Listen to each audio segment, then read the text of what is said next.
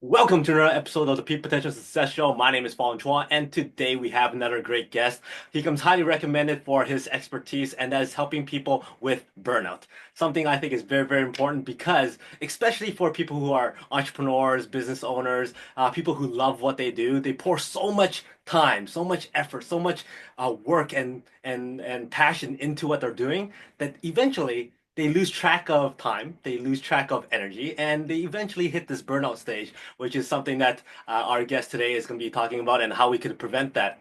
Like I said, he's been helping a lot of people reach high performance without having to face burnout. He's been helping lots of teams in different organizations and companies with their productivity, with their high performers, by really focusing on how to do staff engagement, stress management, dealing with their work-life balance, their energy levels, their focus level, and of course their digital well-being as well, especially in today's day and age with social media and all that kind of stuff. Very, very important. He is the author of the book Beating Burnout and Finding Balance. So please welcome TEDx speaker, award-winning author, mindfulness and high-performance coach, Mr. MELO CALARCO. Thank you. Thank you so much. Hey, thanks for Man, being here. you talk very fast, Fong. I've got to mellow you out a little bit here. I've got to slow you down. You have the perfect name for that. You make people go, nice and calm. Exactly. Mellow by name, mellow by nature, mellow the mindfulness teacher. So I'm born into this career. My name was destined to be a mindfulness teacher. Well, that is perfect. The reason why I speak fast, I'm high energy. I like that ability to impact people and spread that energy around. So personally for me, I express that with speaking fast. It's great. It's great. No problem. Awesome. Well, for somebody of your expertise, high performance coach, somebody who deals with burnout, that is not a profession or an expertise that people come out of school with, or their goal to become this expert. How did you get there? How did you go? You know what? This is where my niche is, and this is the biggest problem that I can solve, and how I can impact more people. How did you get there? Yes, good question. It was an evolution of my work over a few decades. So I've always helped people. I've always done some sort of coaching. I've worked in psychiatric clinics for 18 to 20 years and still do actually. And I saw high incidences of burnout and high incidence of depression and anxiety. And I thought, you know what, I want to help as many people as possible, not only in the clinics, but also before they come to the clinic. So more as a preventative measure. So then I designed a series of programs around well-being and holistic health, lifestyle factors, and became very popular. And I realized very quickly that it's important to train the mind as much as the body, and to look after ourselves. So I just followed the evolution of my passion and work that I do, and also listening to what was happening, around the world. And when I wrote the book just only a couple of years ago, that was born out of the need to help as many people as possible around the world, because of COVID, affected many people. There was a lot of mental health issues, a lot of burnout, and just listening to people and then, fulfilling their needs. And I believe that I have a toolkit of many tools that I've developed over the many years, practicing meditation for 30 plus years and immersing myself in so many other practices. And I thought, you know what, I've got a toolkit, I can help people. And the passion is to help as many people as possible perform at their best without burning out. With regards to burnout, what would you say is some of the most common, let's say, symptoms or clues that somebody would eventually hit that point? Yeah, so for entrepreneurs, sometimes we're our own worst enemy, because we're so passionate and so driven and love what we do so much that we sometimes forget to look after ourselves. And we can burn the candle at both ends, so to speak. We can work late nights, especially when we're doing two jobs. It might be your daytime job, and then you're doing your side hustle, and that becomes your passion, and you're working crazy hours. So there's sort of three main areas that diagnose what is burnout, and the WHO in 2012 they have a category for it, which is basically burnout is a syndrome conceptualized as chronic workplace stress that has not been successfully managed. So it has this cumulative effect. It's actually usually quite a slow burn. And the three main signs and symptoms that you mentioned there, number one is that just absolute complete exhaustion. Like at the end of the day, at the end of the week, you're just wiped out. no energy left. And it doesn't matter how much sleep you get, you don't recover and rejuvenate.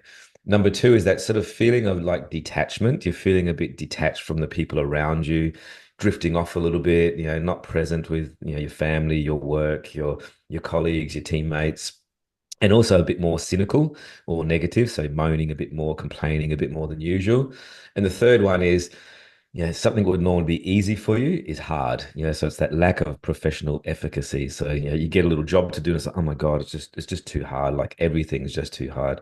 So they're the normal signs that you see, those three main ones. And they can manifest through the body. It's body tension and tightness and tightness in the chest, tightness in the shoulders.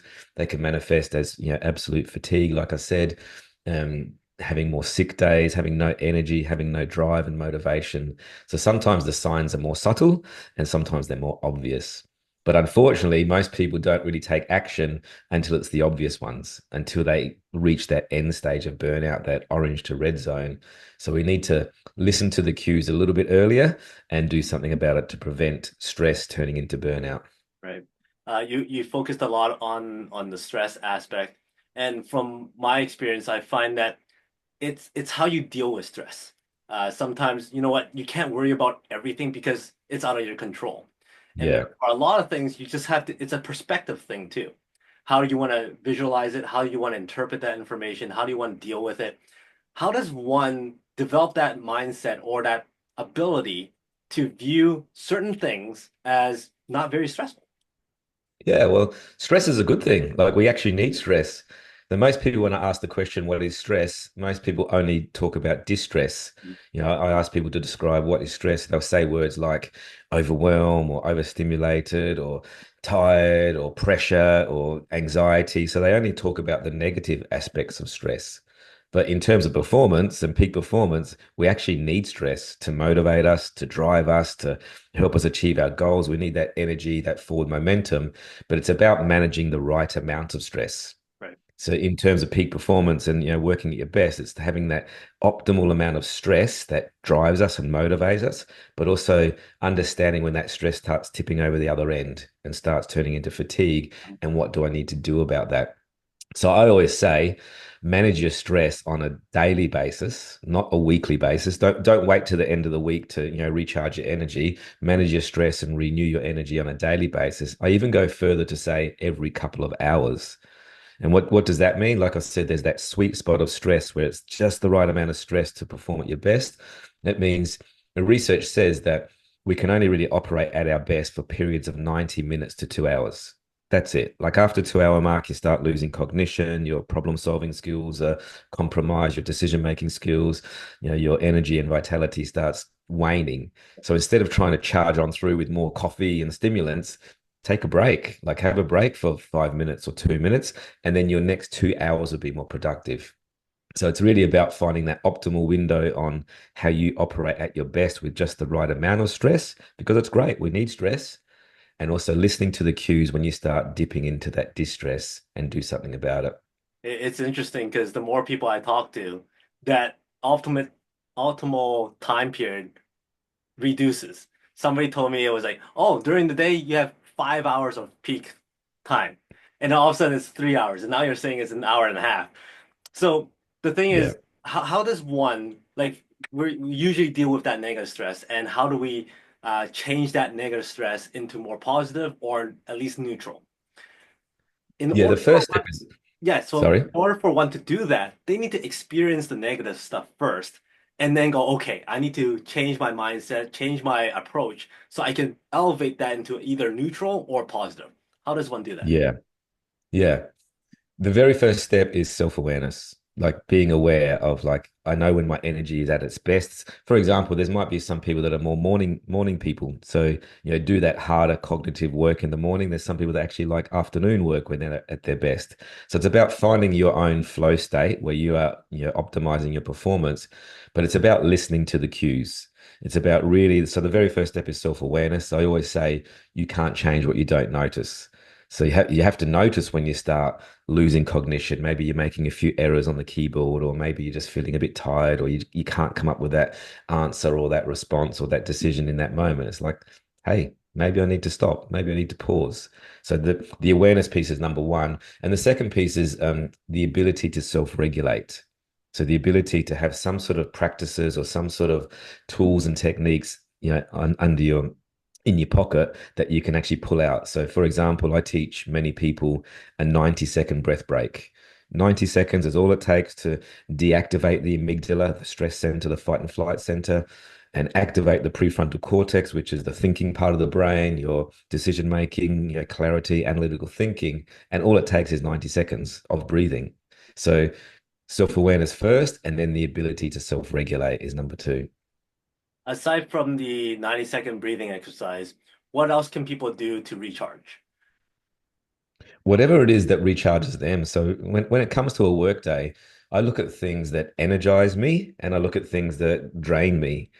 Sometimes it could be certain work that drains you. It might be a bit of admin work, or it might be certain clients that drain you. It might be certain tasks that drain you. But there's also things that energize you. So if you can actually balance your day with things that energize you, things that give you joy, it might be having a lunch with a client, it might be having a chat with somebody, it might be going for a walk or going outside and patting the dog if you're working from home, whatever it is that energizes you, and be aware that we can actually find balance in our day by doing things that drain us, yes, but also things that energize us. So we're actually energizing our energy on a daily basis. So we're not wiped out at the end of the day. And very, very often we are throughout the day, we're context switching. We're going from one thing to another, especially as entrepreneurs. We're running businesses, we're doing marketing, we're doing sales, we're doing calls, we're chatting with people, we're delivering, we've got a whole range of things happening. So I suggest to really rein that in and minimize context switching as much as possible. Because you can get to the end of the day, think, oh my God, I was so busy. What did I do today? I don't even know what I achieved. And you're wiped out. It's just draining. So if you find ways to minimize your context switching, eliminate distractions around you, turn off your telephone, turn off your buzzers and beepers and notifications when you're focusing on that focused work, then you actually get energized from that because you feel this forward momentum. Because the two biggest robbers of our performance, number one is stress, so managing our stress on a daily basis, and number two is focus, losing focus. So if we can actually manage those two, then we can actually get to the end of the day still energized, still have energy to go to the gym or go for a walk or be with the family. So, looking after those two things. Right? That focus is so important, and it's getting more and more difficult now because of the digital age. The phone is so easily accessible. People jump on it all the time, and and then you talked about switching contexts and switching content and all that kind of stuff. Guess what? The phone is has tons of different topics and all that kind of stuff. You're jumping all around. Now, here's the question that people fear. How much time should one actually spend on their phone? As long as you're intentional with it, like it doesn't matter the duration so much. But I was just reading something recently that says today in an average day, the average person in one day takes in more information than somebody in the 15th century would take in the whole year. It's like 276 newspapers of information Oh, per wow. day. We cannot take that information in. Like we just cannot possibly do that. So there's nothing wrong with technology. Obviously, we need technology. There's some amazing, apps and there's amazing things on there, but it's a matter of being intentional. So if you can spend, an intentional hour on something that you're doing on there, great. But if you're just scrolling for, 18 minutes or 20 minutes or 30 minutes, it's a total waste of your time, and hours and hours. What was the stat there? I think it was like 3 hours a day equals 9 years of your life at the end of your lifetime. It's like 9 years of your life. You could actually spend a lot more fruitful things doing something more positive. That's true. And unfortunately, with that, it does affect lots of people's sleep because most That's likely right. they're looking at the phones before they go to bed, they're watching movies before they go to bed, and they tell themselves, you know what, this is how I sleep. I watch until I fall asleep. That's my strategy. Um, Yes. what's some of your comments towards that and people who believe that that's true for them? Yeah, I teach mindfulness, and mindfulness is a very important aspect around this. And often when I'm running seminars and webinars and talks and workshops in the corporate companies, I ask people, so here's a telephone by their bedside, and 90% of the room puts their hand up. And then I say, why? And they said, oh, it's my alarm clock. Yes, my alarm clock. It wakes me up in the morning. I said, well, alarm clocks don't have Facebook and Instagram and LinkedIn and emails. And then I asked the second question, like, who actually checks their emails, their work emails, before they even get out of bed? And at least 50% of the room puts their hand up. And they haven't even, and then I say, you haven't even left your bedroom yet, and you're already in a stress response. You might check an email and it's urgent and it flips you out. It's a bit like letting in 100 people into your bedroom first thing in the morning. Say, yeah, come on in, come on in, come on in. And usually people you don't like either. So the moment you do that, you are no longer in your bedroom waking up. Your mind is no longer there. Like you actually, chances are you wake up in a reactive way, and then the rest of your day is reactive. And same as the end of the night. Oh yeah, I just listen to a podcast before I go to bed, or I scroll and look at some silly cat memes or something on Instagram before I go to bed because it relaxes me. But again, chances are you go to bed in a stimulated state, and then you don't sleep because of the blue light, but B, you're thinking about things and you're processing that information. So one of my best advice is try to divorce that telephone by your bedside, and get a $10 alarm clock from the local store, and use that instead, because the way you wake up in the morning is usually the way that the rest of the day goes. So taking some control there is a good way to start controlling your day ahead. So I gotta ask, for somebody like yourself who's always mellow and calm and being able to work at high performance, what's your daily routine then? Because I would assume there's going to be a lot of stuff that you can do every day that people can actually implement as a routine or to change into a habit so that they too could be more calm and more stressed, Yes. but still work at peak potential. Yeah, it is about incorporating those habits throughout the day as much as possible.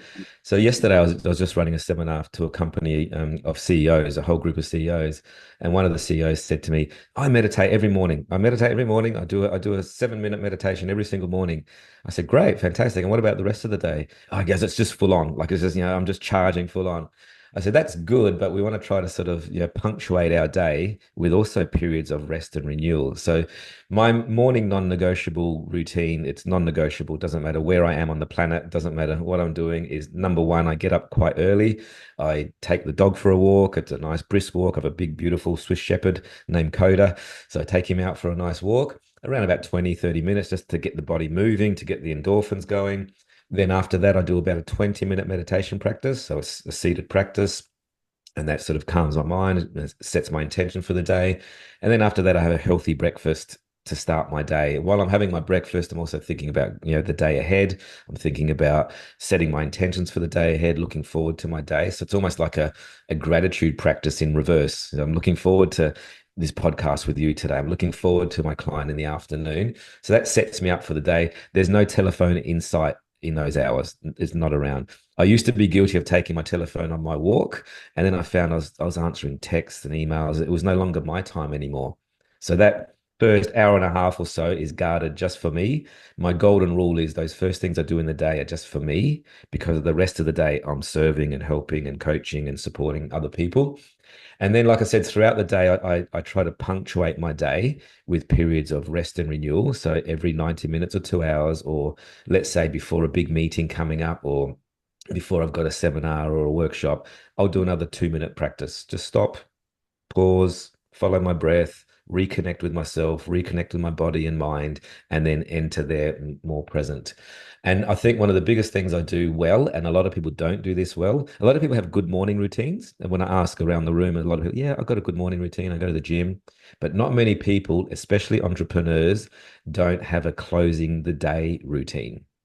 Their day sort of like they finish their day, but they're still on. They're still thinking. They're still working. And especially if you're doing two jobs, of course, you're still thinking. So at the end of my day, then I also finish my work day. I close all the tabs on my computer. I close all the tabs in my mind. I do another short little practice, and I close my work day. So then that's it. And then I take my dog for another walk usually. And then when I come home from that walk, it's no longer work time. I create clear boundaries. I think that's really important, because very often we're thinking in our sleep, 2 o'clock in the morning, we're thinking while we're having dinner about work, we're not present. So opening the day well, closing the day well, and punctuating your day with periods of rest and renewal through the day. Now, I like how you mentioned the fact that you keep your phone out of sight during those few hours of your time. But then you have a lot of people go, but what if this? But I can't do that because of this. A lot of people have these limiting beliefs or certain restrictions that they put onto themselves that prevent them from so-called doing that. Mm. What do people not actually realize that's stopping them from doing so? Well, anytime you're saying a what if scenario, like a what if this happens or what if that happens, it's not real. Like it's usually a perception in your mind. And I firmly believe, through the work that I do, that you can always cope with what is happening in the moment Yep. and being more present in the moment and forget about those what ifs. So the more we practice mindfulness techniques, the more we train our attention to be more present, we realize some of those peripheral things are not even real. Like it's really a perception. I always talk about our perception of things. Like you talked about perception of stress. People perceive stress differently. People perceive anxiety different. People perceive all sorts of things differently. So the first thing is to understand our perception of that circumstance. When it comes to these what ifs, what I often say to people, if somebody's freaking out and creating anxiety about something and they're saying, oh, what if this happens? And what if I lose my job? And what if I actually can't pay for my rent and my mortgage? And what if? And many people are masters at what if, Mm. and they're living in this fear. So what I do when someone's a high what if person or highly anxious person is ask them to ask themselves when they're having these thoughts, is it true? Is it real? So say, for example, oh, what if I lose my job? Is it true? No, in this moment it's not. And if it is true, then you can do something about it. So the golden formula that I share with people is like, first of all, if you're having this, limiting belief or you're having this anxious thought, turn to that thought and ask it that question. Is it true? Is it real? Is it a fact? 90% of the time, it's not. It's not. And then the second question to ask it in case it slips through the cracks there is, oh yeah, maybe it's true. Maybe it could happen. Then the second question to ask it is like, is it even helpful? Is it helpful me thinking about that? Like I could be going for my morning walk and I could be thinking, oh, what if somebody's trying to call me and it's they need me right now and they need us. Is it true? No, it could be, but maybe. Is it useful me thinking about that? No. If it's an emergency, they'll find a way to contact me or my wife or somebody else. No problem. So I just sort of let that go. So then the next layer to that is like letting go. Just let go of some of those thoughts, releasing them. They're not useful thoughts, but we can feed that beast so much. Those we can believe those what if thoughts so much that they become so real in our mind Yeah. that we actually believe them and it becomes our identity.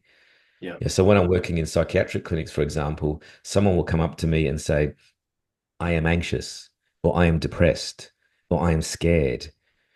And the moment they say I am plus the thing, I am anxious or I am, it's actually become their identity. I am anxious. Whereas what I try to teach them, what I share with them is like, you are not your thoughts. They're just thoughts. Right. And we can take some control of our thoughts. So we can actually think, well, anxiety is only temporary. Maybe I'm feeling anxious in this moment, but it's only temporary. It's going to pass. So I teach them to turn towards their thoughts, ask those questions. Is it true? Is it useful? Is it real? And all those sort of things. And just realize you are not your thoughts. And the other Yeah, thing I would like to add to that is, even though it was true, it's probably not going to be as bad as you think it's going to be. And I exactly. remember the first time I had an eviction to do, where I'm supposed to see them at court and all that kind of stuff. I did not sleep that night. I was Mm. thinking about what if this happens? What if she says this? What if they bring up this evidence? Blah blah blah. Well, in the end, that person didn't even show up. And it was just me. I said, yeah, well, tenant didn't show up. What's the verdict? Kind of thing, right? So it usually Yeah, doesn't become as bad as what you pictured it to be. And from that moment on, I'm like, man, what a waste of time. What a waste of energy. Just deal with it when it comes and then be prepared for it, right? exactly. I had great coaches to work with, so they were able to prep me for a whole bunch of stuff if it doesn't happen. And therefore that unknown is no longer unknown, which is very, very important. Exactly. We can make mountains out of molehills and we can create these stories that just seem so real. And in our mind, they are so real. And in fact, the body doesn't know the difference between what's real and what's perceived. So it's still like you the night before that intervention there. you were probably freaking out in bed. You were probably sweating. You're probably triggering a fight and flight response in your body. And it wasn't even, you weren't even in the courtroom yet. So we can perceive that, and our body goes through those same physiological responses in our mind. And it's just exhausting for us. It's not worth the energy. Yeah. The other thing you mentioned was the need to kind of have that closing routine where Mm. you said you can close tabs in your mind. Now, I remember once upon a time when I was, I think when like junior high, high school, where I gotta sleep. So I'm trying to visualize myself sleeping and it would go sleep, sleep, sleep. And before I know it, the only thing I can remember saying is sleep, sleep, sleep, sleep, sleep. And that is triggering me to be more anxious because I can't sleep. So, how does one actually close tabs in their minds without thinking that I'm closing tabs in my mind? Yeah, yeah. Sometimes it may be a written thing. Sometimes it might be get to the end of the day. A lot of people do end of the day to-do lists. They actually close the day by, ticking off the things that they've done. So that's closing those tabs in the mind. Yep, done that, done that. Oh, I need to action that tomorrow. Put that on my tomorrow to-do list. So a lot of people do that. So that's one way to physically like write it down and then just create the big three things that you need to do tomorrow. So you don't need to worry about it tonight. But also, again, doing some breath work or some sort of meditative practices. So at the end of my day, what I'm doing in my meditation, it's only short, it's only about 5 minutes. But what I'm doing is actually focusing more on the releasing aspect of the breath. So basically, you take a breath in, a normal breath, let's say your breath count is about 4 on the way in, then I'd make it about a 6 on the way out. So the science says that by prolonging the out breath, by actually making a slower out breath, what that does, it activates the parasympathetic nervous system, the opposite of the fight and flight response, the opposite of the sympathetic nervous system. So every single breath that I'm doing, I'm releasing the day, releasing that job, releasing that task, letting go of the day. So by the time you've done, 3 to 5 minutes of that, you're just slowly closing all those tabs and letting go of what you need to let go. And in your mind, you're setting your intention to, like, when I finish this practice, I'm going to go enter my home and I'm going to be present with my kids. I'm going to go play with the kids and do whatever it is. I'm going to be present with wherever I am. So it's actually it's a space between work and home. And creating that space is really important. Just slowly close those tabs. Chances are you'll think of them again, like maybe in an hour later, something might pop up and say, okay, I don't need to think about that now. I'll just let that go. And another one will pop up. Okay, I'll just let that go too. So you're just constantly letting go through those evenings. And I also think this is important. If you don't do it at that time, chances are you'll be doing that in bed. You'll be actually like think, oh, I forgot to do that today. I forgot to do this today. I've got to do that tomorrow. So the more we do these sort of wind down rituals throughout the day, then we don't have to do that big download at the end of the night, because many people fall asleep okay because they're exhausted, but they wake up at 2 in the morning because they're thinking and they're processing information. So the more we process information, close those tabs throughout the day, at the end of the day, then we don't have to do that massive upload at the end of or download at the end of the night. Yeah, they're up at 2 in the morning because they had a nightmare. Thinking about it. Yeah, yeah. So many people I know that I work with are very active minds, especially business owners. They're thinking about all the problems and problem solvings, and they sleep okay because they're tired. But 2 o'clock in the morning, when they go through what's called the REM state, the REM, the rapid eye movement, that's when the brain starts processing information, and then their brain becomes active again, and then they wake up. Oh, Right. and now some of them have to get up and actually like write things down. So yeah, it's better to do those things throughout the day. So the more we can actually do these practices through the day, then we won't be so wound up at the end of the night. Right.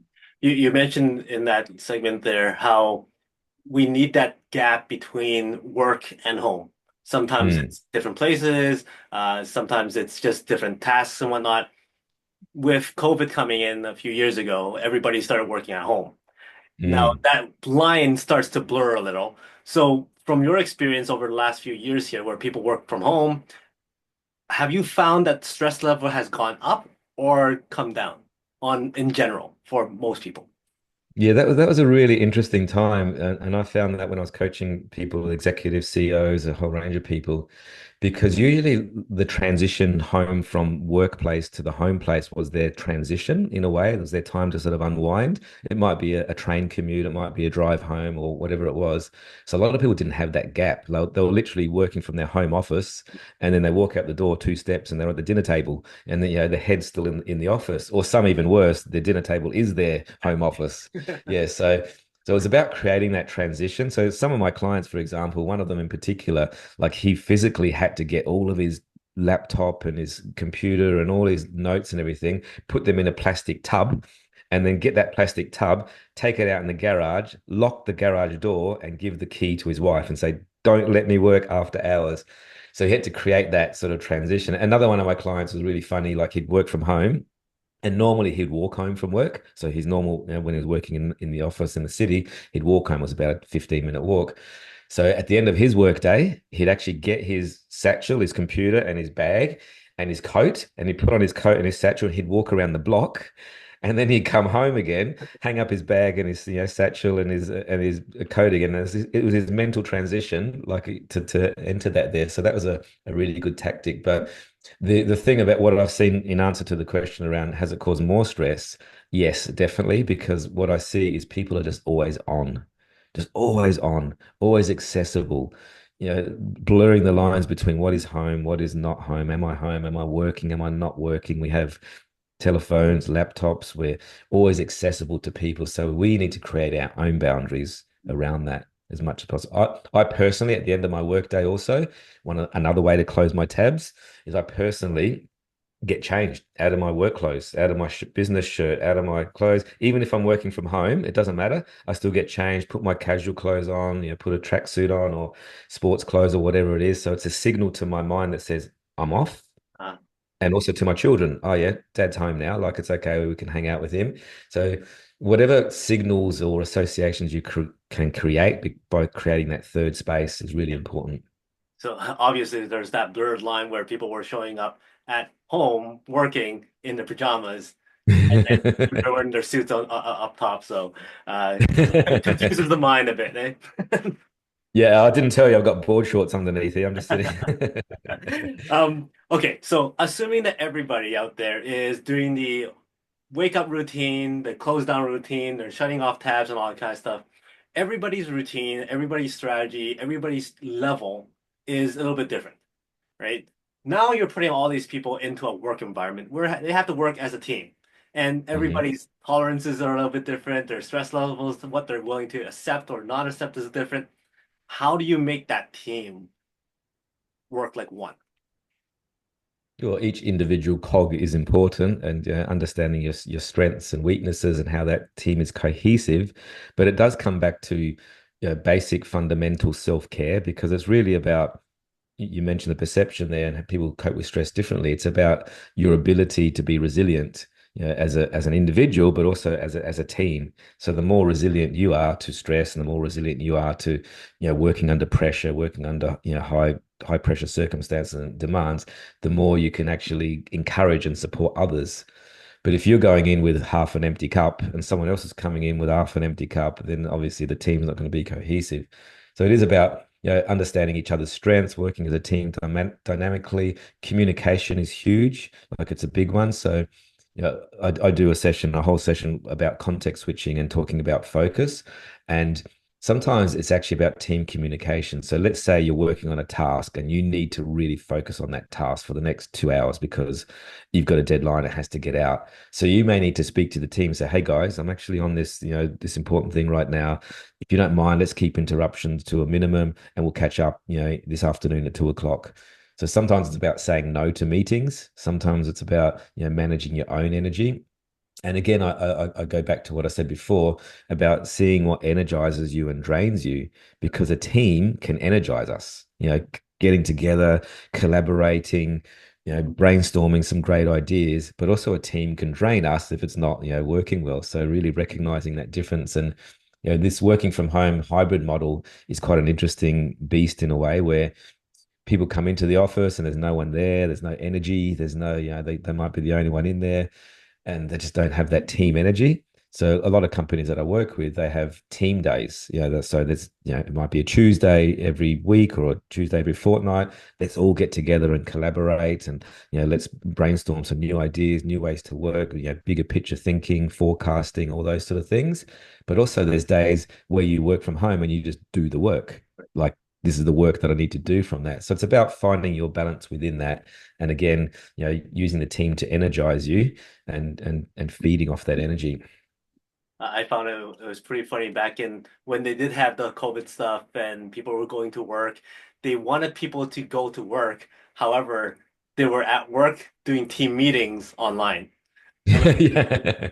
that doesn't make sense. No, it doesn't. No, it doesn't. They It's had a to new world. separate themselves. Yeah, exactly. And there's nothing like human connection, honestly. Like, I do a lot of workshops and seminars. Like I said yesterday, I just did one, and the energy in the room is, it's collaborative, and it's great to see. Zoom and Teams okay, but I wouldn't be doing my whole week on Zoom and Teams. Like, it's just a matter of like, let's energize each other, let's come together, and we actually need human connection. It's part of our basic human needs to develop ourselves cognitively, physically, emotionally, and mentally. We need it. It's not a luxury. It's actually a necessity. So we can feed off each other's energy.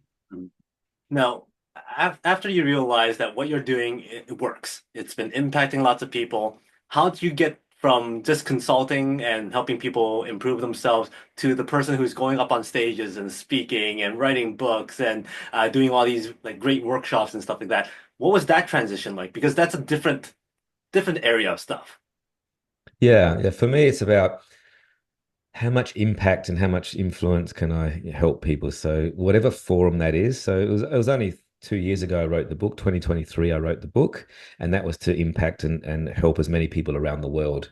And then last year, 2024, I did a TEDx talk, which was challenging and rewarding at the same time, again, to help and support as many people around the world. So I don't think about the stage per se. I think about the influence and impact that I have on the people that I'm speaking to. So I'm always putting my hand up for wherever and whatever. My big focus this year is actually to do a lot more international talking gigs, and because Australia is quite isolated. It's quite far away geographically from the rest of the world. So, yes, I've got some influence and impact here, and people, know me and know my work. But there's a whole planet out there that I can help and support. So my biggest driver behind that, yes, of course, I get nervous and I get excited and all those sort of things. But my biggest driver is when I, get those aha moments in the audience and they say, yeah, this is awesome. This is just what I need.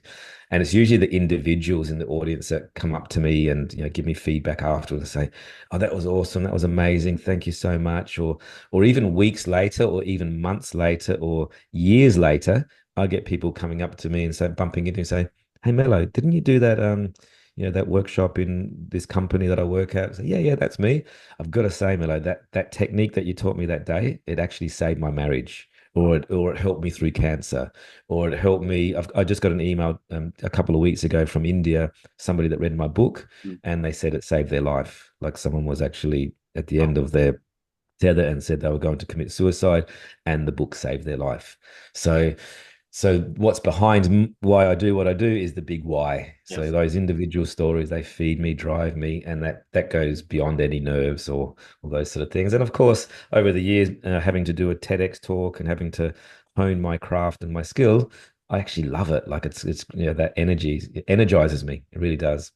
I love that. I mean, the fact that you're focusing on those stories, the people who Mm, email you and go, "Hey, what you did last time really worked and saved my life," and all that kind of stuff. That's what successful people do. They're able to focus on that stuff and keep on going. Whereas a lot of people come up with all the what ifs. They focus on that one person in the audience who has their arm crossed and not listening and goes, yeah. "Oh, I'm not going to speak again," and all kind of stuff. And they start thinking, okay, why am I doing this? And they start recessing. So I Yes. really like the fact that you're focusing on that kind of stuff because it allows you to keep on moving, keep on growing. Now, your transition doing speaking on stages, what was the biggest lesson or biggest tweak in what you need to do to prepare or for you to actually speak on stage? What was that biggest tweak that you had to do? The biggest tweak was learning that it's not about me. like taking the focus off of me and really knowing that it's about them in the audience and what value I can give them. So as soon as I did that, it's like, wow, this is actually like enjoyable, because at first you think you're on stage and you think people are all focusing on you and it's all about you, but it's not at all. So as soon as you take the focus off of you and share it in the audience, that's a big one. The other one was about slowing down, because I'm a bit like you. Also, I get when I get excited, I can also talk fast. I can also get energized, and I love that high energy stakes there. But I then learned a few sort of techniques around the power of the pause, stopping, letting people digest what you've just said. So a few little techniques along the way there. And for me, the biggest tweak and the biggest thing, it's not about the content. It's not about the PowerPoint that's sitting behind you. And in fact, I've minimized my slides to about two or three slides most of the time, just some visuals. It's actually about the connection. So it's about establishing that connection with the people in the room. And once you establish that connection, whether it's through storytelling or whether it's through something else, then it's just like having a conversation with a friend, as opposed to 500 people. It's like they're all my friends. So it's about, the tweak was about establishing a connection Right. with the people, which at the same time, you have to establish a connection with yourself. And this is where the meditation and mindfulness work really helps to get to know yourself, because you could go up there and think, very often I'm presenting to, let's say a group of doctors and surgeons, and they're very smart people, very clued on people, and I could be thinking, oh, what about if they ask me a question and I don't know the answer to it? And what if this and what if that? But I believe in myself so much, and I believe in my content, and I know the value of my work so much that it doesn't matter. Like I'm human, I'm vulnerable. I might not know the answers to everything, but it's a matter of like just sharing what I do know, and believing in yourself and believing in your message enough to actually, stand your ground. I could so relate to all the stuff that you're talking about right now. I've been working with a few people on their presentations, on their keynotes, and they focus so much on their content. And I say, oh, we need to add this to the PowerPoint. Oh, I need to say this. I need to say it this way, this perfectly, and all that kind of stuff. I'm like, in the end, nobody's gonna remember any of that stuff. It's how you made them feel, and it's because of how you Exactly. made them feel that gets them to actually get in touch with you later on, which is a key, right? If they don't Yes. remember you, if they don't feel anything for you, then I don't care how great your content is, your time's wasted. Exactly. You're right. Exactly. So if you can make that connection quite early, you're right. I also mentor and coach many people that are doing presentations, some high performers, and they want to do bigger presentations. And it's really about, first of all, connecting with the why, like why they're even in the audience there, and why should they even listen to you? And then showing who you are as a person. Most people, when they present, it's all about what do you do, what it is, not about who you are and how you can connect. So making that little tweak there, it's a game changer. It really is, honestly. Well, we know that your next big thing is to get more speaking engagements, speak all around the world. What are the types of people that you look forward to working with? What's the perfect clientele or businesses or entrepreneurs that you would like to work with? Yeah, I love the diversity of my client base. I love actually working with the whole spectrum of people. So, like I said before, I worked in psychiatric clinics where I, support people going through some problems, but I do only about maybe 10% of that work. And on the very other end, it's, high performing athletes, even Olympic athletes, CEOs, executives, and pretty much everyone in between. But I think the main criteria is somebody that's willing to actually put in the work a little bit, someone that's willing to be open-minded, someone that's willing to take action. So entrepreneurs I love because they usually are action takers, and they've got this drive and motivation. Sometimes for me with them, it's about actually slowing them down a little bit and actually giving them some space because they're just running too fast on this treadmill. So my ideal person is someone that's actually wants to perform at their best and do whatever it is at their craft, whether that's a lawyer, whether that's a doctor, whether that's an athlete, whether that's an entrepreneur, it doesn't matter the industry. It's just they want more out of life, and they want to experience some sort of transformation to do that with more ease and less effort, because you don't have to be stressed out to the max. You don't have to.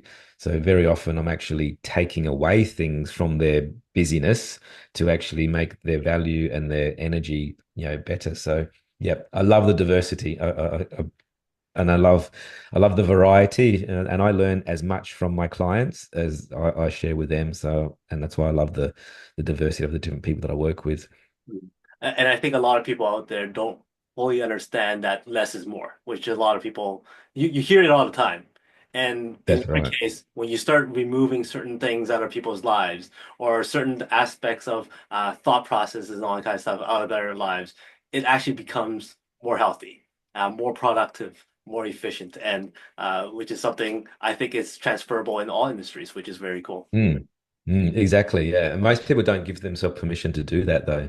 Mm. Like, yeah, very often, like I mentioned before, I coach many surgeons and doctors who they work 80-hour weeks, some of them 60-hour weeks, because they've spent all of their life, studying and working hard, and they built up successful practices and on this treadmill of life, fully booked, back-to-back clients and patients, should I say, and they just fully booked and they can't get off that treadmill. They just can't get off. So my first job for them is like, let's see if we can get an hour in an afternoon. Let's see if we can grab 1 hour of the week. Where can we get that? And how can we sort of wriggle things around?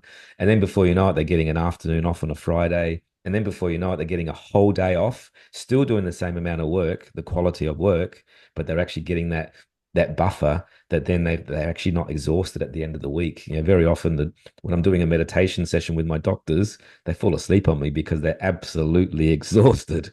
So they don't do that anymore once you sort of create that space in their weeks Uh, well, I guess that your that session is successful because they got an opportunity to rest up. to rest. I I also find that when you're dealing with professionals, engineers, doctors, lawyers, that when you kind of listen to them talk amongst themselves, there's this pride in overworking. Yeah, I did Yes. 5 hours of overtime. Oh yeah, I did 20 hours of overtime. How much did you do? Kind of thing. And they kind of one up each other thinking, yeah, that equates to more productivity, that equates to more value. But the thing is, what they don't know is if you reduce all that, your productivity actually goes up. Yes, and well, actually, it equates the hard reality is it equates to burnout or poor mental health. And the worst case of that, an example that I've seen, exactly, I agree with you. People wear it as a badge. Yeah, I did 20 hours last night, or one of my clients, and that got referred to me actually by a doctor. He was working across multiple time zones, running multiple businesses in the real estate industry and property development industry around the world. So he's traveling around the planet, working the US, UK, and Australian time zones, and he wore it as a badge.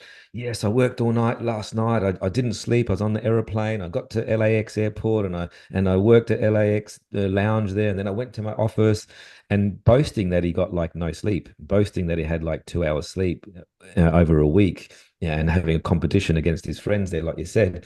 But his mind was very sharp, so he was a very sharp guy. But his body said, uh-uh, I can't keep doing this anymore. I cannot. I don't know if I'm falling asleep. I don't know if I'm waking up. I don't know if I'm producing serotonin or melatonin. So eventually his body said it actually shut down. It actually stopped producing hormones. So his testosterone levels dropped so low, he couldn't produce testosterone anymore. He had multiple organ failure. So his pancreas, spleen, liver, all shut down, and he was hospitalized in intensive care for weeks, like nearly dead on his deathbed. And then he was in hospital for months afterwards. So he just was just ignoring all those signs and just pushing on as if, it's the best thing to do to be productive. But his body said, I can't do this anymore.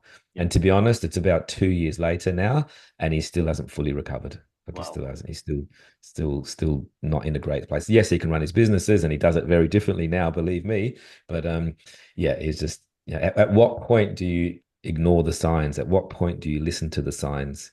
Because sometimes we think we can keep pushing and pushing and pushing and pushing, but usually it's at a consequence later on. Well, let's end on a higher note. Um, Yes, yes. you've given a lot of great tips and advice and strategies as to how people can avoid burnout.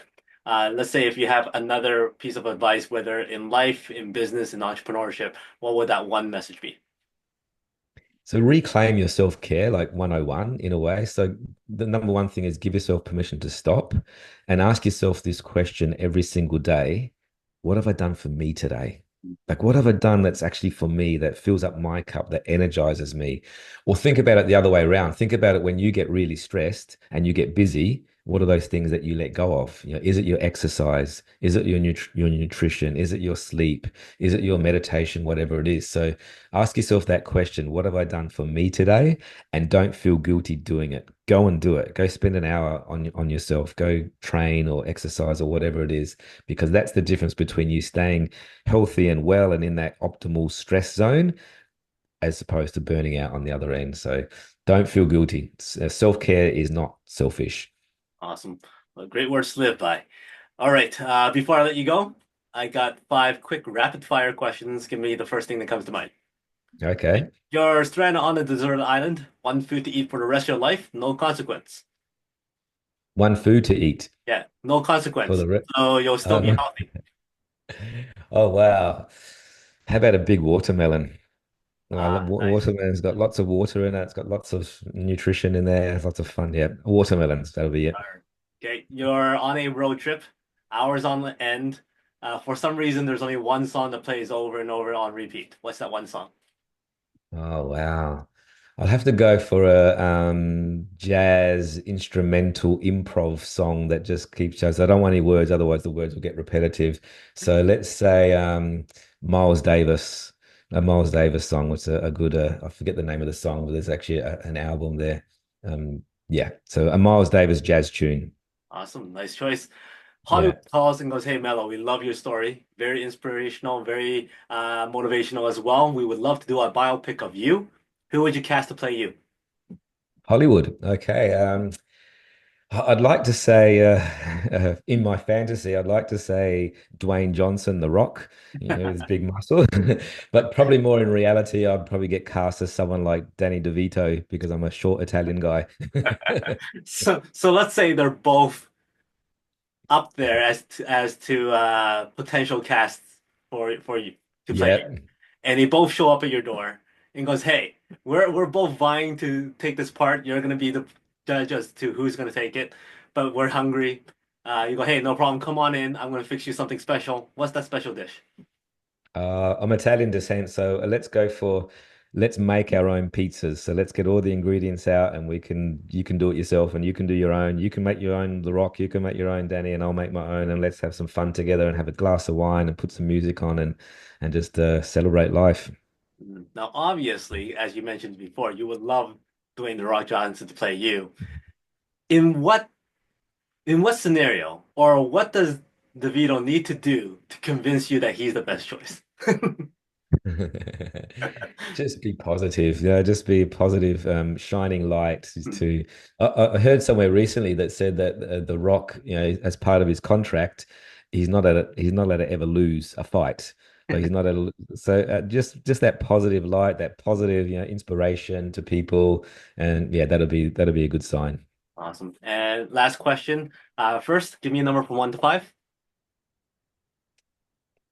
3. 1, 2, 3. So the word is cable.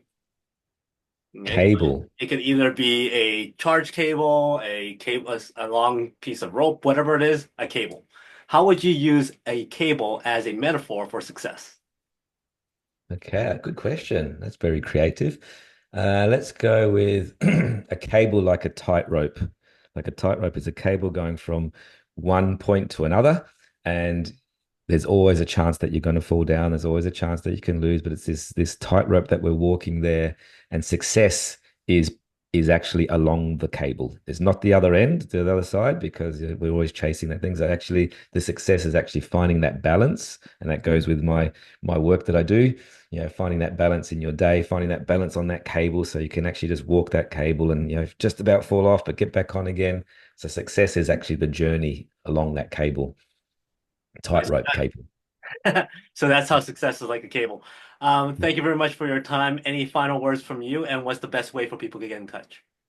Yeah, thank you. Thank you very much for having me here. Now, final words is go back to that thing that I mentioned before.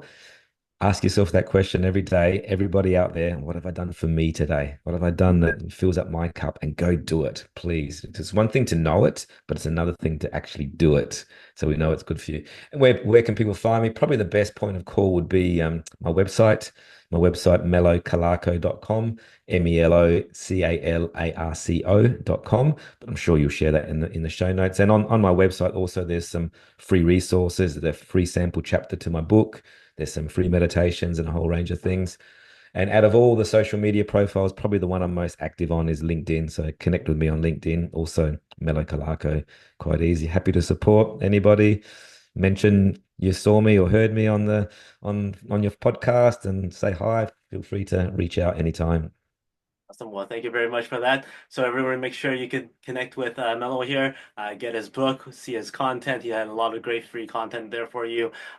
Stuff that I'm sure will help you become more productive, become more balanced, and more happy in life. So thank you very much.